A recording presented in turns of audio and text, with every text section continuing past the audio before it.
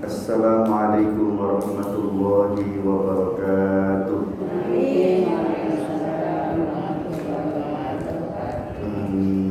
Alhamdulillah, alhamdulillahilladzi an'ama alaina bi rahmatihi wa bi fadlihi.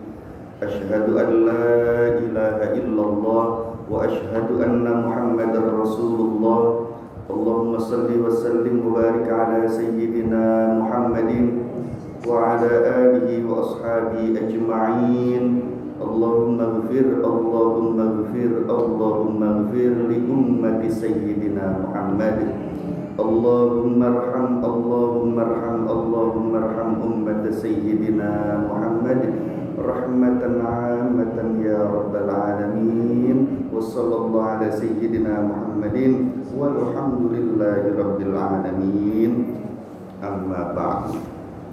Apa kabar ibu-ibu? Alhamdulillahirrahmanirrahim. Ya Allah, semoga Engkau tambahkan nikmat kepada kami semua dengan bersyukur kepadamu. Semoga istiqomah iman Islam dan ihsan kami. Amin ya rabbal alamin. Salawat dan salam semoga selalu terlimpah kepada baginda Nabi Muhammad sallallahu alaihi wasallam. Kita lanjutkan halaman 9 masih ya. Yang ke 5 wal khamisu ya. Nah, 1 2 3 4 paragraf dari bawah. Wal khamisu yang tulisannya tebal. Ada?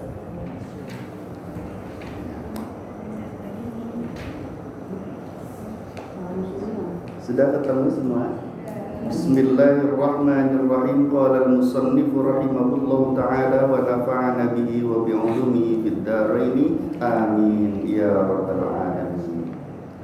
Wal khamisu yang kelima,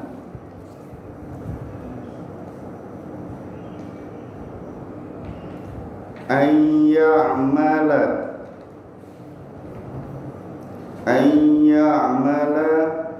bahwa beramal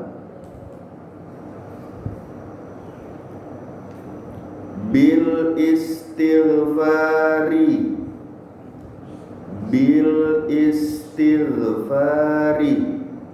dengan istighfar.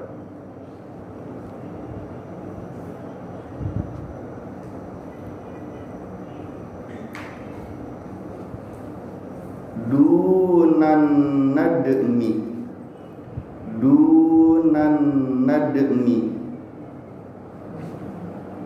tanpa penyesalan.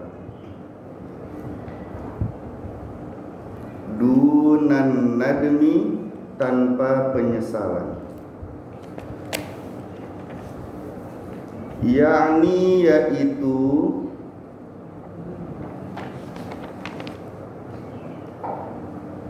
yaqulu dia berkata. Yani yaitu yaqulu dia berkata. Diulang-ulang terus ya. Qala yaqulu ada terus ya. Yaqulu dia berkata. Astaghfirullah, aku memohon ampun kepada Allah. Dia berkata astagfirullah, aku memohon ampun kepada Allah.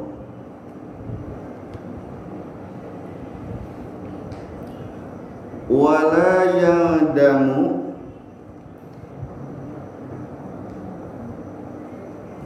nadama yang wala yadamu, tapi tidak menyesal.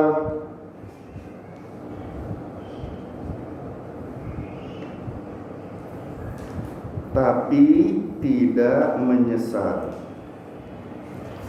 Ala makana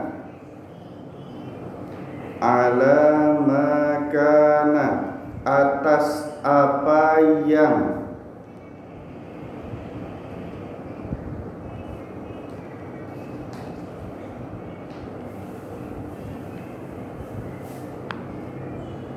Minhu darinya, maksudnya dari penyesalan.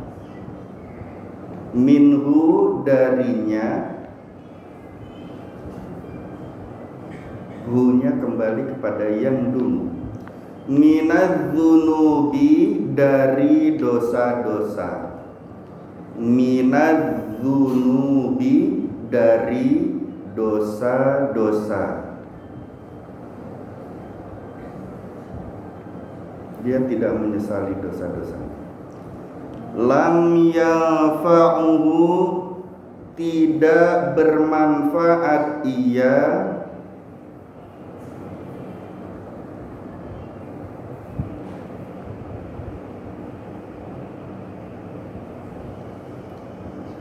tidak bermanfaat ia al-istighfaru,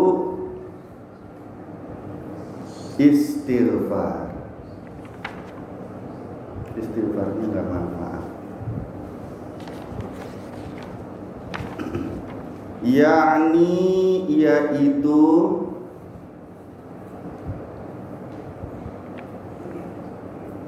bi ghairin nadamati, bi ghairin nadamati, dengan tanpa penyesalan. Bi ghairin nadamati, dengan tanpa penyesalan. Itu 7 hal yang tidak bermanfaat tanpa 7 hal yang lainnya. Sekarang yang ke-5, ya. Sudah semuanya? Nah, kita baca dulu bersama-sama. Bismillahirrahmanirrahim. Wal khamisu, yang ke-5, ayya'mala, bahwa beramal, bil istighfari, dengan istighfar, dunan nadmi, tanpa penyesalan, yakni yaitu yaqulu, dia berkata, astaghfirullah, aku memohon ampun kepada Allah, wala yandamu, tapi tidak menyesal, ala makana, atas apa yang, minhu darinya, minadzunubi, dari dosa-dosa, lam yanfa'uhu, tidak bermanfaat ia, al istighfar, istighfar, yakni yaitu bi ghairin nadamati, dengan tanpa penyesalan. Alhamdulillah. 7 hal yang tidak bermanfaat tanpa dibarengi dengan 7 hal yang lainnya. Yang ke-5 itu dia beramal dengan istighfar, tapi dunan nadmi, enggak nyesel hatinya. Mulutnya baca istighfar, tapi hatinya enggak nyesel terhadap perbuatan-perbuatan maksiat, terhadap perbuatan-perbuatan dosa yang dilakukannya. Dia tidak menyesal. Mulutnya sih baca istighfar, astaghfirullah rabbal baraya, astaghfirullah minal khataya, rabbi zidni ilman nafi'an, wa wafiqni amalan salihah, amalan maqbula. Mulutnya beristighfar, astagfirullahalazim, astagfirullahalazim, tapi hatinya nggak ada nyesel-nyesel sama sekali, nggak kebayang dosanya, nggak tahu apa kesalahannya, nggak sadar bahwa dirinya banyak dosa, hatinya nggak menghadap ke Allah. maka istighfarnya itu tidak bermanfaat. Habaan mansura, kayak debu yang berterbangan walaupun dia baca istighfar. Masya Allah, nggak manfaat. Maka kalau kita beristighfar agar manfaat, hatinya harus menghadap Allah, hatinya harus menyesal. Kita yakin nggak kalau kita banyak dosa? Yakin, karena manusia itu mahalul khoto, tempatnya salah. Berarti kalau manusia itu pasti punya salah dan harus diistighfari di hadapan Allah. Sayyidina Ali karramallahu wajhah, suatu ketika di saat beliau menjadi khalifah, beliau melihat ada orang yang lagi beristighfar, lagi membaca astaghfirullahalazim, tapi sambil ketawa-tawa. Baca istighfar tapi sambil ketawa. Ya, lagi bercanda sama sahabatnya, dia baca istighfar astaghfirullahalazim tapi sambil ketawa. Kan kita sering begitu ya. Lagi bercanda kemudian ada istighfar di situ. Betul? Lagi bercanda astagfirullah. Lagi bercanda tuh. Tapi sambil ketawa. Disamperin sama Sayyidina Ali, sama khalifah ketika itu. Kemudian Sayyidina Ali karramallahu wajhah itu menegur mereka, dan beliau itu berkata, tahu tidak engkau terhadap apa yang kau ucapkan barusan? Kenapa wahai khalifah? Aku mengucapkan astagfirullah. Tahu tidak itu kalimat astaghfirullahalazim itu kalimat apa? Gak tahu wahai khalifah, apa sih? Tolong dijelaskan dong. Maka Sayyidina Ali karramallahu wajhah itu berkata, istighfar yang kau baca atau astaghfirullahalazim yang baru saja kau ucapkan itu adalah kalimat illiyin. Apa? Kalimah illiyin. Pakai ain. Illiyin. Kalimah illiyin.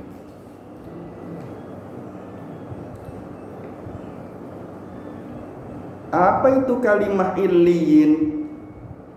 Kalimah itu ya kalimat, ucapan, perkataan. Illiyin itu artinya yang tinggi kedudukannya di sisi Allah. Jadi astaghfirullahalazim itu adalah kalimat yang tinggi kedudukannya di sisi Allah. Orang-orang yang mengucapkan astaghfirullahalazim berarti mereka tinggi kedudukannya di sisi Allah. Ucapan itu tuh bukan ucapan sembarangan, ucapan yang sangat dihargai Allah, sangat dihormati dan dimuliakan Allah. Bahkan ketika ada satu kaum, dia tidak ada sama sekali yang berbuat dosa, tidak ada yang beristighfar, tidak ada yang minta ampun sama Allah, diganti sama Allah nanti dengan kaum yang berdosa tapi mau bertobat kepada Allah. Contohnya kapan? Nabi Sulaiman alaihi salam. Siapa? Nabi Sulaiman alaihi salam. Itu semua tunduk padanya. Baik jin, baik manusia, tumbuhan, hewan, tunduk semuanya. Ada satu yang tidak tunduk sama Nabi Sulaiman alaihissalam.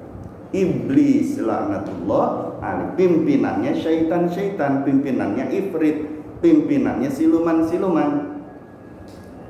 Iblis yang dulu menggoda Nabi Adam. Maka Nabi Sulaiman alaihissalam meminta izin kepada Allah Subhanahu wa taala untuk menangkap iblis. Biar iblisnya itu dikerangkeng, iblisnya itu diborgol ya, diborgol, dirantai, diikat gitu ya, sehingga tidak bisa mengganggu manusia. Kata Allah, perbuatanmu itu tidak baik wahai Sulaiman. Tapi ya Allah, gara-gara iblis nih dunia jadi begini. Ya, saya minta izin deh beberapa hari saja, 3 hari deh ya Allah.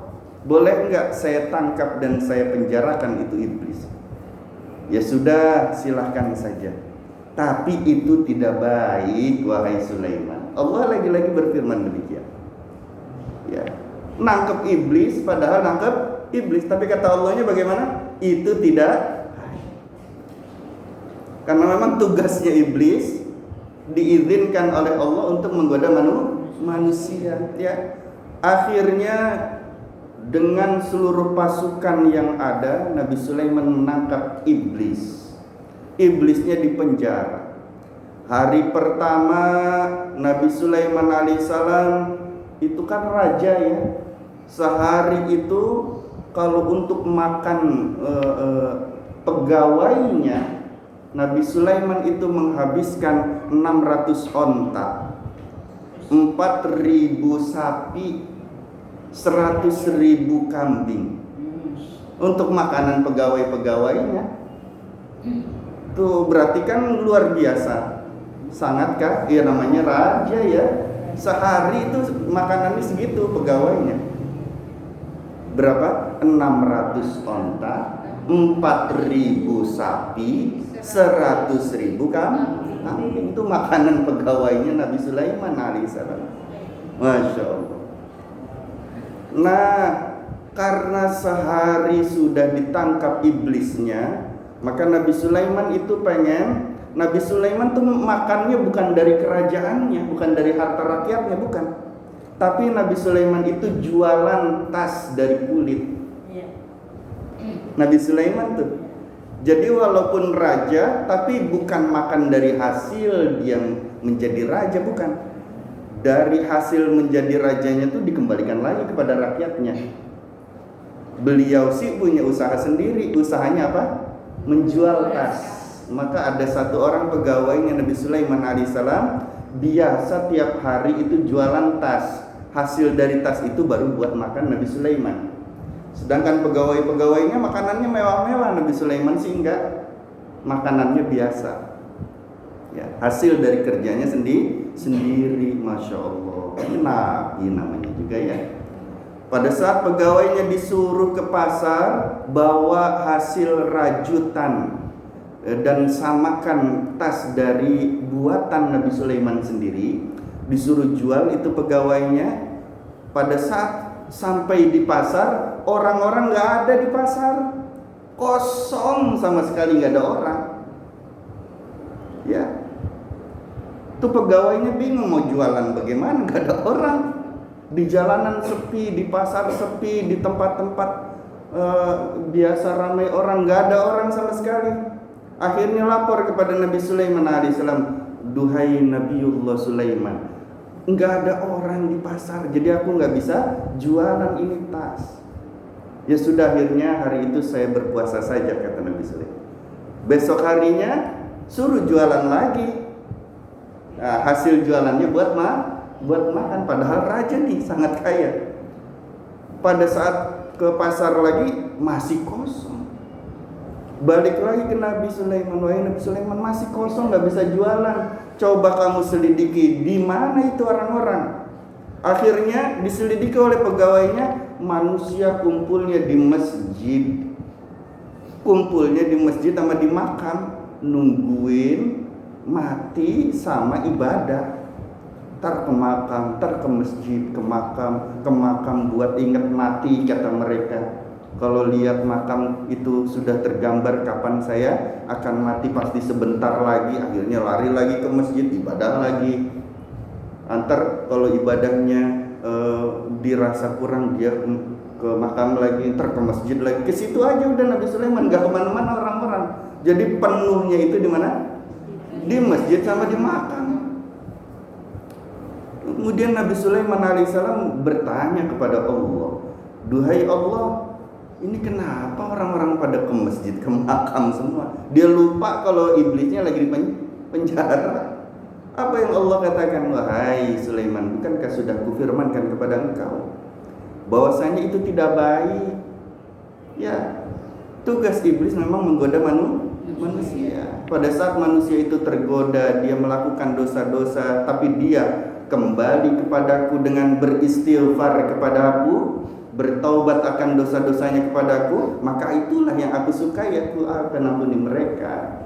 Ya, mereka tidak akan ada itu keinginan dunia, kata Allah Jalla Jalaluhu. Yang ada di pikiran mereka bagaimana beribadah mendekat kepadaku saja. Nggak ada lagi. Kenapa? Karena nggak ada yang ganggu.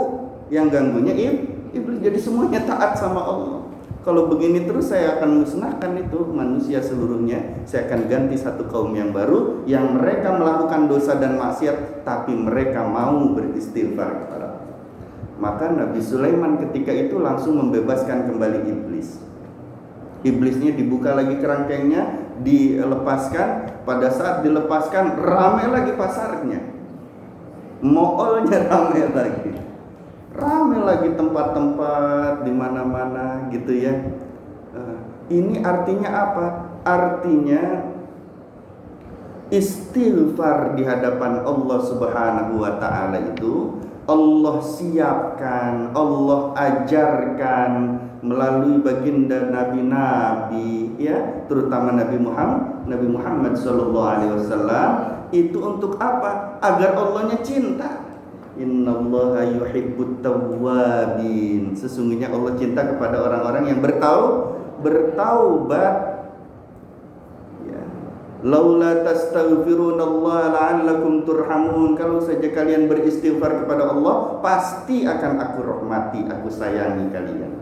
Kalau kita istighfar, baca astaghfirullahalazim, hatinya betul-betul menyesal telah melakukan dosa-dosa di hadapan Allah, hatinya betul-betul menghadap kepada Allah, nanti datang rahmat Allah. Allah janji pasti disayang Allah. Kalau seorang hamba Allah mendapat rahmat Allah, mendapat kasih sayang Allah, mustahil hamba itu diazab Allah. Wa ma kana Allahu liyu'adzibahum wa anta fihim. Allah tidak akan pernah mengazab satu kaum sedangkan engkau wahai Nabi Muhammad sallallahu alaihi wasallam berada di tengah-tengah mereka. Wa ma kana Allahu mu'adzibahum wa hum yastaghfirun. Dan Allah tidak akan pernah mengazab satu kaum selama kaum itu beristighfar kepada Allah. Bu, Nabi Adam alaihissalam itu istighfarnya berapa tahun? 400 tahun. Kesalahannya berapa? 1. Berarti selama umur 400 tahun itu baca istighfar terus. Rabbana zalamna anfusana wa illam taghfir lana wa lanakunanna minal khasirin. Dosa kesalahannya berapa? 1. Dikeluarin dari sorga. Tobatnya 400 tahun. Kita ada di dunia pengen masuk sorga, dosanya istighfarnya sedih, hadirin. Ya, Masya Allah. Maka Sayyidina Ali karramallahu wajhah itu memberikan nasihat kepada orang yang tadi dinasihati itu, bahwa ada 5 makna kalimat istighfar. Ada 5 makna kalimat istighfar. Jadi kalau kita mengucapkan astaghfirullahalazim, kita tahu nih isinya istighfar itu harusnya apa. Ya. Yang pertama dari 5 makna kalimat istighfar itu adalah, yang pertama kalimat istighfar adalah kalimat penyesalan. Kalimat istighfar itu kalimat penyesalan. Harus menyesal berarti kalau mengucapkan astaghfirullahalazim. Baginda Rasulullah sallallahu alaihi wasallam bersabda yang diriwayatkan oleh Imam Ahmad, hadisnya sahih, bahwasanya Rasul bersabda, an-nadamu taubatun, penyesalan seorang manusia itu adalah taubat di hadapan Allah. Penyesalan itu adalah taubat. Nyesal sama Allah, ya Allah, saya menyesal. Hamba menyesal ya Allah sudah berbohong. Itu tuh istighfar, termasuk dari taubat. Tapi kalau mulutnya astagfirullah, hatinya tidak menyesal sama sekali, tidak dianggap taubat sama Allahnya tuh. Enggak dianggap taubat walaupun dia beristighfar. Nah ini bedanya istighfar dengan taubat. Kalau orang beristighfar belum tentu termasuk taubat, tapi kalau orang bertaubat sudah pasti beristighfar. Paham ya? Jadi kalau orang baca istighfar belum tentu dia dianggap bertaubat di hadapan Allah, tapi kalau orang bertaubat sudah pasti dianggap beristighfar di hadapan Allah. Mangga. Kalau misalkan kita istighfar, tapi hati kita ya Allah ampunilah dosaku. Setiap itu ya Allah ampunilah dosaku itu bagaimana? Itu benar. Namanya hatinya menghadap kepada Allah. Yang nggak benar itu mulutnya baca istighfar, hatinya kemana-mana. Hatinya nggak menghadap Allah. Hatinya tidak merasa salah. Ya. Hatinya tidak mewarnai dengan warna minta ampun sama Allah. Kalau itu kan kata-kata hatinya benar-benar dirinya itu memohon ya, tapi bukan hanya kata-kata hati, tapi sambil dia nggak sedih, enggak. Kalau orang menyesal tuh sedih, bukannya sambil bahagia gitu ya. Paham maksudnya? Nanya lagi Pak Ustaz. Silahkan. Rahmatan lil alamin. Itu kalimat untuk siapa ya? Untuk? Kalimat itu ditujukan untuk siapa? Rahmatan lil alamin. Siapa itu yang dimaksud gitu? Ya. Ya, itu baginda Nabi Muhammad SAW. Baginda. Ada lagi Pak Ustaz yang kedua. Baik. Mau masuk surga atau masuk neraka? Itu tergantung perbuatan kita yang baik, sholawat kita yang baik, baca Quran kita yang baik. Apakah itu sudah jaminan Pak Ustaz? Enggak jaminan. Hah? Enggak jaminan. Enggak jaminan. Kalau masuk neraka aja gitu. Iya, tergantung rahmat Allah. Nah, untuk mencari rahmatan itu bagaimana caranya? Iya, tadi sudah dikatakan laula tastaghfirunallaha la'allakum turhamun. Kalau kau ingin disayang Allah, banyak istighfar, maka Allah akan merahmati. Gitu ya? Kita bersolawat dirahmati Allah. Kita baca istighfar dirahmati Allah. Kita ingat Allah, berzikir namanya. Ketika Allah ingat kita, turun rahmat Allah. Gitu. Paham Ibu? Jadi banyak cara mendapat rahmat dari Allah. Salah satunya dengan beristighfar. Ya. Mangga silakan. Kalau misalkan lagi zikir nih, lagi zikir matanya memejamkan mata boleh? Boleh. Memejamkan mata boleh. Tapi jangan pules ya. Gak apa-apa Ibu. Macam-macam orang cara mencapai fokus. Ya, kalau dalam ilmu persilatan Tai Chi Master namanya. Ya. Artinya khusyuk. Tai Chi Master itu khusyuk. Halo?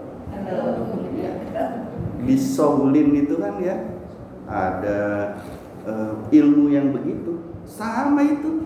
Kita juga namanya khusyuk. Kalau dia betul-betul menghilangkan pikirannya, fokus terhadap satu tujuan kan gitu. Kita juga khusyuk itu begitu, fokus terhadap kita sedang menghadap kepada siapa.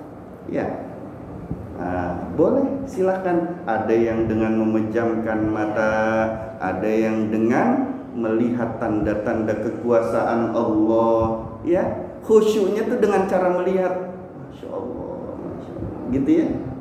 Ada yang dengan menitikkan satu titik mata, itu memandangnya kemana. Misalnya ya, kalau dia lagi istighfar, lagi berzikir, dia titik itu satu aja diliatinnya, nggak kemana-mana gitu, nggak pecicilan matanya, dia lihatnya ke situ aja. Itu untuk melatih fokus. Jadi banyak orang beda-beda caranya.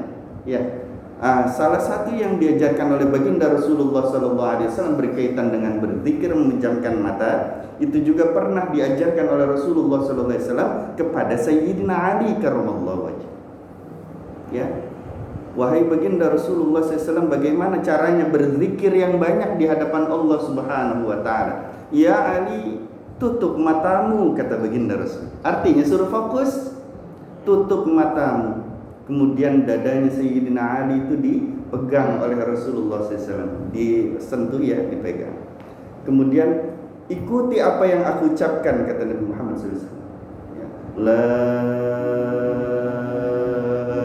ilaha illallah, gitu ya. Diulangi oleh Sayyidina Ali. La ilaha illallah. Terus sampai 3 kali. Buka matamu, banyak melakukan semacam itu. Artinya mata dipejamkan tuh salah satu yang diajarkan Rasulullah SAW untuk mencapai kekhusyuan. Jadi nggak salah. Ya. Yang nggak boleh itu pecicilan mata. Lagi istighfar kemana-mana matanya ya. La ilaha illallah. Bagus itu. Kami juga melatihnya begitu. Ya, bagus. Ada lagi? Jadi itu segitu Pak. Ya itu makanya jangan sampai pulas. Cuma ngantuk tuh. Tahu-tahu lep aja gitu ya. Betul, memang ada yang begitu. Itu saking banget kitanya pintu-pintu iblisnya belum ditutup, lagi pikirnya. Jadi kan iya. Kan ada 10 pintu iblis kemarin ya. Dipelajari lagi, dilihat lagi. Ya, ada lagi? Dilanjutkan dulu. Oh iya, mangga, silakan.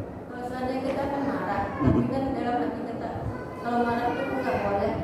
Sambil marah-marah cuma astagfirullahaladzim nggak boleh. Kan di dalam hati itu. Jadi orang yang marah kemudian dirinya beristighfar atau bukan beristighfar, dirinya berta'awudz, maka marahnya akan cepat reda, kata baginda Rasulullah. Jadi kalau orang marah buruan ta'awudz yang banyak, hatinya bukan mulutnya, bukan. Hatinya berta'awudz, beristighfar, berzikir kepada Allah, ntar reda sendiri. Ala bi dzikrillahi tatmainnul qulub.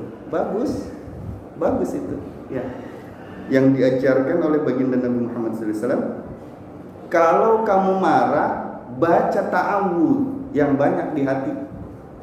Ya, hatinya banyak, baca ta'awudz. Bukan mulutnya, bukan. Hatinya. A'udzubillahi minasyaitonir rajim. A'udzu bikalimatillahi tammati min syarri ma khalaq. A'udzubillahi samiil 'aliim minasyaitonir rajim. Misalnya ya, terus diulang-ulang, nanti marahnya reda. Atau berzikir, ya. Bagus. Enggak apa-apa, nanti lama-lama marahnya hilang. Kalau marahnya sudah hilang, baru ibadah. Artinya baru dia ibadah sholat, dia berzikir yang banyak gitu ya. Tapi kalau marahnya belum ditutup, masih kesel hatinya, masih benci sama orang, masih ada kesel sama orang, tahu-tahu langsung sholat, iya begitu nanti sholatnya jadi acak-acakan hatinya, pikirannya kemana-mana. Paham ya? Dan itu ada sepuh, Masya Allah. Marah itu paling gede, karena manusia sering marah. Ada lagi? Ada Pak. Mangga, silakan. Tadi kan kita harus fokus ya. Fokus itu dalam sholat. Fokus itu pesannya Pak Ustaz. Kita sholat nih, supaya kita fokus, khusyuk. Anggap aja itu suatu pesan dalam sholat, harus khusyuk. Nah sekarang kita mau umroh nih. Umroh juga ada pesan. Ambil haji nih, dalam mengambil haji juga harus ada pesan. Pesan apa sih itu Pak Ustaz? Misalnya begini Pak Ustaz, sholat nih, pesannya nggak boleh garuk-garuk. Itu pesan supaya khusyuk. Sekarang datang umroh, apa sih pesan umroh? Datang lagi mau ngambil haji, apa sih pesan ngambil haji? Ada itu semua Pak Ustaz? Ada, betul itu. Pesan dalam sholat artinya membina hubungan baik dengan Allah. Nah, pesan. Ya, membina hubungan baik dengan Allah. Sholat itu dari sod dan lam, sholat, sholli, shollu, ya. Sod dan lam kalau dikaitkan dengan Allah menjadi sholat. Sod dan lam kalau dikaitkan dengan Rasulullah menjadi sholawat. Sod dan lam kalau dikaitkan dengan suami dan istri silatul lahmi. Sod dan lam kalau dikaitkan dengan keluarga yang sedarah satu keturunan namanya silaturrahim. Ya, kalau sod dan lam dikaitkan dengan manusia pada umumnya, enggak satu keluarga, enggak satu keturunan, orang lain ajnabiyah, ya, yang bukan sedarah dengan kita tuh namanya silaturrahmi. Kalau kaitan hubungan baik antara seorang murid dengan guru namanya silatul ilmi. Ya, kalau kaitan manusia, hubungan baik manusia dengan alam semesta selain manusia, selain itu jin, misalnya gitu ya. Nah, itu namanya silaturruh. Ya, hubungan baik dengan hewan-hewan, dengan matahari. Bisa nggak kita berhubungan baik dengan matahari? Bisa, kita nggak celah tuh matahari. Ya, dengan hujan, silaturruh namanya. Gitu ya Bu ya. Jadi pesan dalam sholat itu adalah membina hubungan baik dengan Allah. Banyak pesan dalam sholat. Ada qimus sholata lidzikri, dirikan sholat untuk mengingat aku.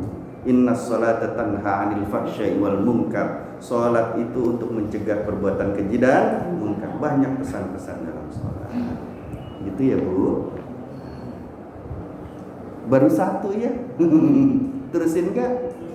Terusin.